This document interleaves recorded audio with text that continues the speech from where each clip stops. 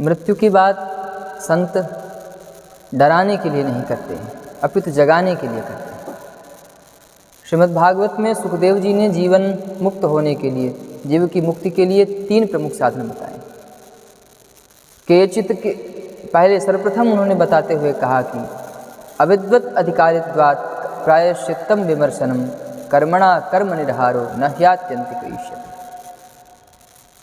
कर्म के द्वारा व्यक्ति हमेशा कर्म करता रहे और कर्म के द्वारा ही उसे मुक्ति प्राप्त हो जाए, कर्म राशि का क्षय हो जाए, ये बहुत कठिन है।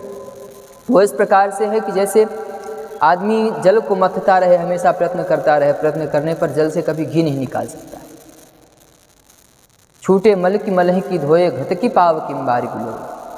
किसी ने कहा कि नहीं महाराज, अब हम कृपा करके कोई दूसरा साधन, तो दूसरा साधन बताते हुए कहते हैं कि तपसा ब्रह्मचर्येण समेन च दमेन च त्यागेन सत्य शौचाभ्याम यमेन नियमेन च देहवाक् बुद्धिजम धीरा धर्मज्ञा श्रद्धयान्विता हरन्त्यघम महदपि वेणुगुल्म मिवामि। जिस प्रकार से बांस में परस्पर रगड़ लगने से और सारा जंगल जो है जल करके भस्म हो जाता है, उसी प्रकार इन साधनों को करके, योग यज्ञ के द्वारा, व्रत के द्वारा, इस साधन की अग्नि रगड़ से ऐसी अग्नि प्रकट होगी जो आपके पापों को जला करके समूल नष्ट करने का सामर्थ्य रखती है।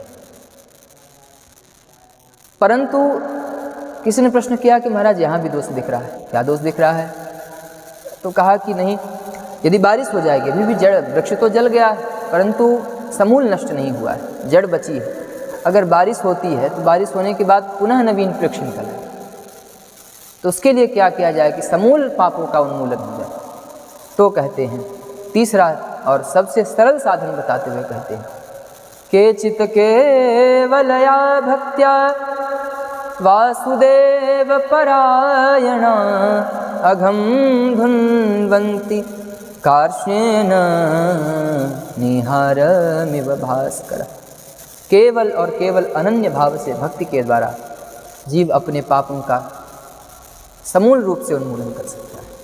जिस प्रकार से भुवन भास्कर श्री सूर्य नारायण के उदीयमान होने पर त्रिभुवन में व्याप्त अंधकार जल करके अंधकार जो है वो नष्ट हो जाता है, उसी